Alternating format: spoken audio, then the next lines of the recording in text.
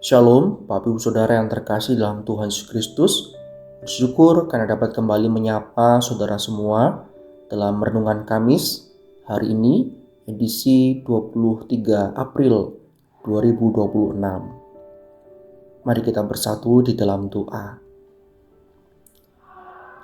Tuhan, kami mengawali hari kami dengan syukur dan mata yang tertuju kepada Engkau, Sang Pencipta, yang telah memberkati dan telah memberikan kepada kami waktu untuk beristirahat. Saat ini kami menyongsong hari baru yang Tuhan berikan kepada kami. Kami percaya bahwa rahmat-Mu dan kasih-Mu juga baru bagi setiap kami. Kami mau menikmati rahmat-Mu itu ya Tuhan, dan kasih-Mu itu. Maka pimpinlah kami mau mendasarkan segala rencana kehidupan kami, bahkan hati kami, pikiran kami, cara hidup kami dengan firman-Mu. Berkatilah dan tolonglah kami untuk kami semakin memahami apa yang menjadi kehendak-Mu di dalam kehidupan kami. Terima kasih Tuhan. Kami bersyukur dan berdoa demi nama Tuhan kami Yesus Kristus. Amin. Saudara yang terkasih dalam Tuhan Yesus Kristus, dalam Renungan Kamis hari ini dan beberapa waktu yang akan datang, edisi-edisi yang akan mendatang, kita akan bersama-sama merenungkan bagian firman Tuhan dari Titus pasal yang kedua ayat 11 sampai yang ke-14.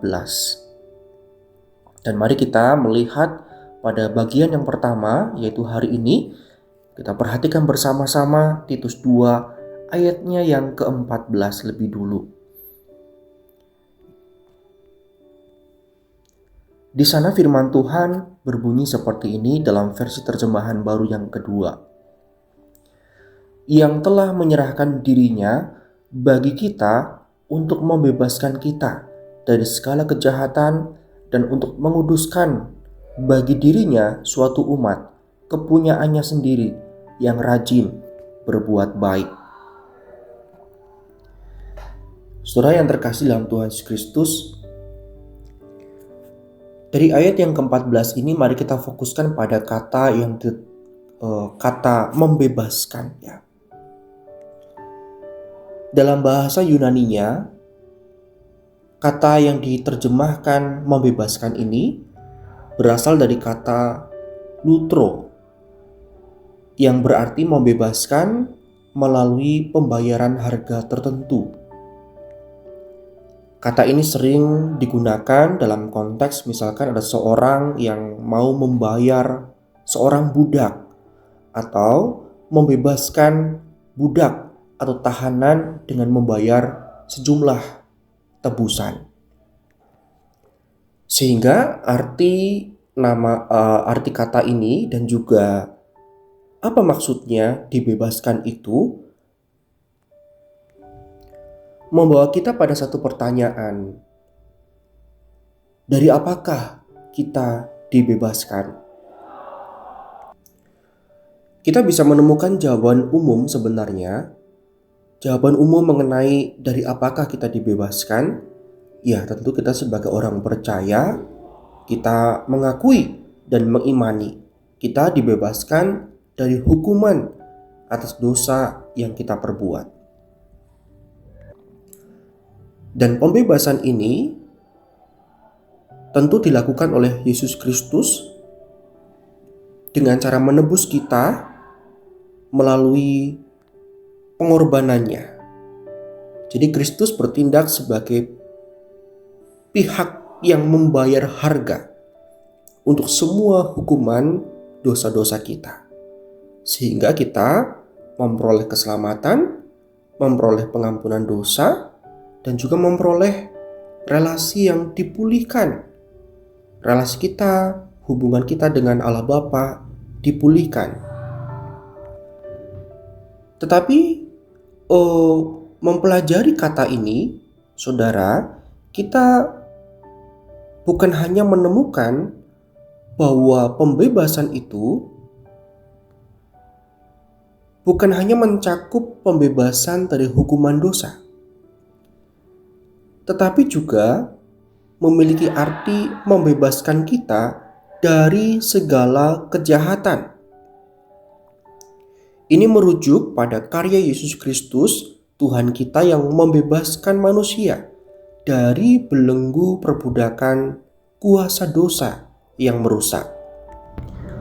Saudara, kita memang perlu mengingat bahwa di dalam penebusan yang dilakukan oleh Kristus, kita memaknai bahwa dosa bukan hanya memiliki arti sebagai pelanggaran moral atau legal yang harus dihukum, atau suatu perbuatan yang menghasilkan penghukuman, menghasilkan hukuman. Tetapi juga dosa itu kita maknai, kita mengerti sebagai kuasa yang mengikat dan memerintah, menguasai diri manusia yang sudah jatuh di dalamnya. Jadi, dari apakah kita dibebaskan? Yang pertama, kita dibebaskan dari akibat perbuatan dosa kita, yaitu hukuman dosa. Lalu yang kedua, kita juga dibebaskan, dimerdekakan, ditebus dari kuasa dosa yang mengikat kita itu, yang memerintah kita itu, yang menguasai diri kita itu. Dengan memahami, memaknai, dan menghidupi dua pengertian ini, saudara, maka ini menjadi dasar dan sumber transformasi lahir dan batin, sehingga kita dapat hidup sebagai anak-anak Allah dengan kebebasan untuk diubahkan semakin serupa dengan Kristus Tuhan kita. Saudara, dahulu kita sebelum mengenal Kristus, kita begitu bebas, kita sepuas-puasnya, kita sebebas-bebasnya melakukan apa yang dosa yang menyakiti hati Tuhan. Tetapi ketika kita dibebaskan oleh Tuhan kita Yesus Kristus, kita ditebusnya, maka kita menjadi sebebas-bebasnya, kita dapat semerdeka-merdekanya, sepuasnya untuk melakukan apa yang benar, apa yang baik, apa yang mulia, apa yang berkenan di hati Allah. Saudara yang terkasih dalam Tuhan Yesus Kristus, bagaimana kebenaran ini memengaruhi hidup kita dan mengubah cara hidup kita, dan meneguhkan juga cara hidup kita yang berkenan di hati Tuhan? Terkadang kita terintimidasi oleh satu perbuatan dosa yang kita lakukan, yang kita sadar dalam satu hari. Terintimidasi oleh satu perbuatan dosa itu, sementara sebenarnya dalam sepanjang hari kita begitu mengupayakan hidup yang suci. Kita berjuang untuk hidup sesuai dengan perkenanan Allah. Karena itu kebenaran tadi meneguhkan kita bahwa kita sudah ada dalam konteks penebusan itu. Dosa tidak seharusnya menguasai kita lagi. Bukan berarti bahwa saudara kita bebas untuk berbuat dosa. Maksud saya, satu hari kita sama sekali tidak berbuat dosa.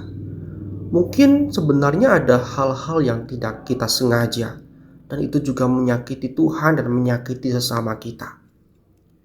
Tetapi mari kita fokuskan pada potensi yang Kristus mungkinkan itu, yang Tuhan karyakan itu dalam kehidupan kita. Sekalipun kita satu kali, dua kali berbuat dosa, dan kita jatuh dalamnya, kita jatuh lagi, tapi kita sudah memiliki jaminan pengampunan dosa. Kita sudah ditebus oleh Kristus. Dan kita mulai lagi perjuangan kita untuk melawan, untuk tidak jatuh pada pencobaan, untuk kita hidup benar, hidup taat, hidup kudus sebagai anak-anak Tuhan. Jadi, oleh karena Kristus telah membebaskan kita, maka yang dahulu kita bebas melakukan dosa, maka hari ini dan hari-hari kita yang akan datang, waktu kehidupan kita yang mendatang, kita bebas untuk melakukan apa yang benar, melakukan apa yang berkenan di hati Tuhan. Selamat menjalani kehidupan saudara semua sepanjang hari ini. Tuhan beserta dan Tuhan akan senantiasa memberikan kekuatan serta penyertaan Roh Kudus supaya setiap kita hari ini merasakan kemerdekaan untuk berbuat apa yang berkenan, melakukan firman-Nya yang telah kita renungkan bersama-sama hari ini. Tuhan memberkati. Amin. Mari kita berdoa. Terima kasih untuk firman-Mu yang menuntun dan memberkati kami. Kami menyerahkan diri kami ke dalam tangan kuasa Tuhan.